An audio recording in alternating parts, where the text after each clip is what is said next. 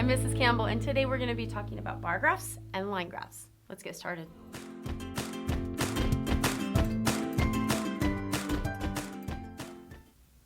So why do we use tables and graphs? Well, they're a really good way for us to organize and present information that can be easily interpreted by someone who's looking at it. Okay. Now graphs are created to show the relationship between two variables. So for example, a graph may show the relationship between objects' mass and volume, or the price of gas in relationship to location. Okay, so for example, here's an example of a bar graph showing the average price of gasoline by state. So this bar graph, important to know, is a graph that uses columns to show the comparison of quantities or amounts. So for example, you can look at this bar graph and see very easily that Hawaii has the highest average cost per gallon of gas, and Missouri has the lowest average cost per gallon of gas. So that's how bar graphs can be helpful in interpreting data. Okay, now we want to learn how to take a set of data and create our own bar graph. So here's an example. 30 students in grade 7 were asked to state their favorite after-school activity. The results of this survey are shown on the table. Create a bar graph to display the information from the data table. And you can see there are 9 watching TV, 6 playing sports or exercising, 7 reading, 5 hanging out with friends, and 4 babysitting. Okay, so to create a bar graph, I'm going to start by drawing the horizontal and vertical axis. Okay, so that's X and Y. Throw the axes, I suppose. You're going to title the graph 7th graders' favorite activities. Label the horizontal axis favorite activity and the vertical axis number of students. Then you're going to look at the range in the data, the highest number and the lowest number, and then you're going to decide how the units on the vertical axis or the y-axis here should be labeled. Sorry, here's our horizontal, that will be favorite activity, number of students, and then the y-axis is going to be number. Now, we've looked at our data. We're going to use 0 to 10 by 1s for this data because the numbers aren't really particularly high. Okay. So for each activity on the x-axis or the horizontal axis, draw a vertical column to the appropriate value. For example, you would draw a vertical line to the number 9 for watching TV. These guys really like to watch TV. You can see really quickly that that was the favorite activity. Okay, a multiple bar graph is similar to a bar graph, but it depicts this is important, 2 or 3 pieces of information for each item on the horizontal axis, X, rather than 1. Okay, so for example, a double bar graph may be used to compare survey answers of males versus females, or a triple bar graph may be used to compare data recorded over a 3-day period, like we'll see in our examples. Okay, let's look at this one. This bar graph says 35 girls and 37 boys were asked to state their favorite sport. The results of the survey are displayed on the graph below. So if you need to, pause for a minute and look at this graph, and on the next slide we'll look at some of the things that we have figured out by looking at the bar graph. See if you can make some observations as well. Okay. So you can make several inferences by studying this graph, right?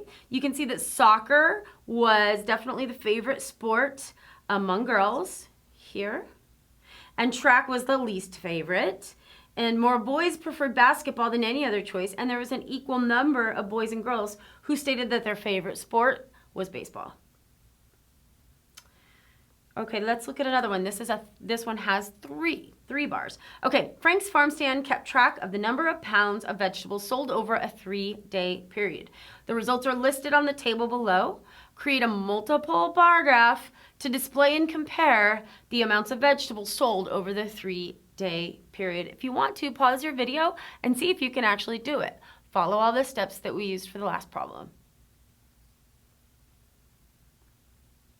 Okay, now to create a multiple bar graph, just like last time, we're going to draw the horizontal and vertical axis, A and X and Y. Title it Frank's Farm Stand. Horizontal axis will say vegetables, vertical will say pounds sold. We're going to look at the range in our data. In this case, we're going to label the vertical line or the vertical axis 0 to 80 by tens. For each vegetable on the horizontal axis, or X, draw a vertical column to the appropriate value 3 times. One representing day 1, a second for day 2, and a third for day 3. Then you're going to choose 3 colors so they can be visually, separate. You can see them differently. And each color will represent 1 day. All right. So from this graph, we can infer all kinds of things, can't we? So it's clear that the sales of squash, corn, romaine, lettuce, and tomatoes increased over the 3-day period. You can see that by looking at the graph. Zucchini sales dropped on day 2, but they increased on day 3. Zucchini, see here? And carrot sales decreased on day 2, and then again on day 3. Look how carrots have gone down. It's pretty easy to see using this graph. And the same amount of carrots and romaine lettuce were sold on day 1.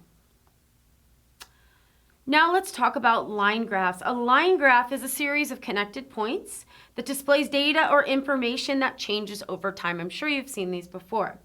Okay, so let's read this blue note. The line graph below illustrates the change in temperature over the first 7 days. There you go. In February in Boston, Massachusetts, looking at the changes of the line, you can see that the temperature rose the first 3 days, February 1st, 2nd, and 3rd, and then on February 4th, the temperature began to decline. Then the temperature held constant on February 5th and 6th, and the temperature began to rise again on February 7th. So there's lots of things that we can identify by using a line graph. Okay, so now let's have you do one. We're going to do one together. The population for the city of Los Angeles has been recorded on the data table below. Create a line graph that depicts the population change from 1950 to the year 2000. If you want to pause the video and write these down, feel free. It goes from 1950 all the way up to 2000. 1950 we started with 2 million in LA. 2000, 3.7 million. So, again, this is how we're going to create a line graph. We are going to draw the horizontal and vertical X and Y axis, give the graph the title population of LA from 1950 to 2000, or Los Angeles. Label the horizontal axis year, vertical axis population. Then you're going to look at the range in your data and decide how the units are going to be on the vertical axis. In this case, we're going to go from 0 to 4 million by 500,000.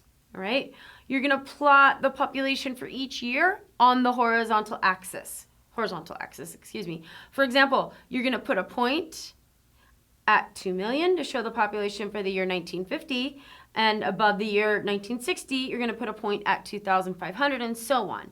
And then you just connect the points as you go. So here's our line graph. So you can analyze now, you can analyze your data and you can draw conclusions based on what you see and the reported statistics. So from this graph, we can see that the population increased considerably from 1950 to 2000, right? And the greatest change occurred between 1950 and 1960. That's where the biggest jump was. And from 1980 to 1990, right there as well, okay? Now, judging by the trend on the graph, you could predict that the population of Los Angeles is going to continue to increase over time, as the data shows. Okay, a multiple line graph shows changes in 2 or 3 sets of data over time. Okay, so now we're talking about a multiple line graph. Okay, and you may have seen this sometimes in your test scores or conferences and things. You may have actually seen multiple line graphs. Let's look at this example. Eleanor Roosevelt School recorded the daily indoor and outdoor temperature for a period of 5 days. The results of the data collection are presented on the double line graph on the next slide. Looking at the graph, you can see that the outdoor temperature was cooler than the indoor temperature, and it can also be concluded that as the outdoor temperature decreased, the indoor temperature decreased. And the same holds true as the temperature increased. So let's take a look. The blue is the outdoor temperature, and the pink is the indoor temperature. So basically, it's the same thing as a line graph. You're just doing more than one line. All right, now your turn. Now we're gonna create a multiple line graph. Okay, full-time and part-time enrollment at California State University for the past 5 years is recorded on the data table below. You're going to create a multiple line graph to represent the information on the data table. Here we go from the years of 2000 to 2007. It shows the number of full-time students and the number of part-time students for 2003, 4, 5, 6, and 7.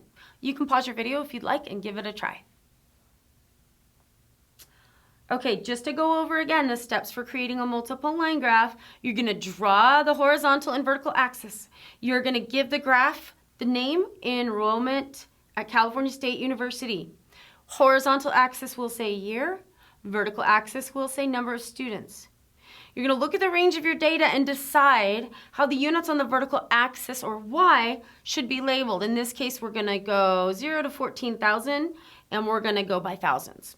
Okay, use one color pen to plot the data for full-time students. This is important. You got to show the difference, and visually color helps. That's what we'll do first is a full-time students in one color.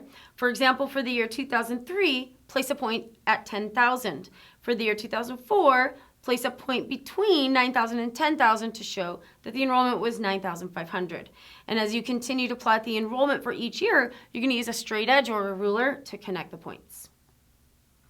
All right, and finally, you're going to use another color pen to plot the data for part-time students. For the year 2003, you're going to place a point at 2,000.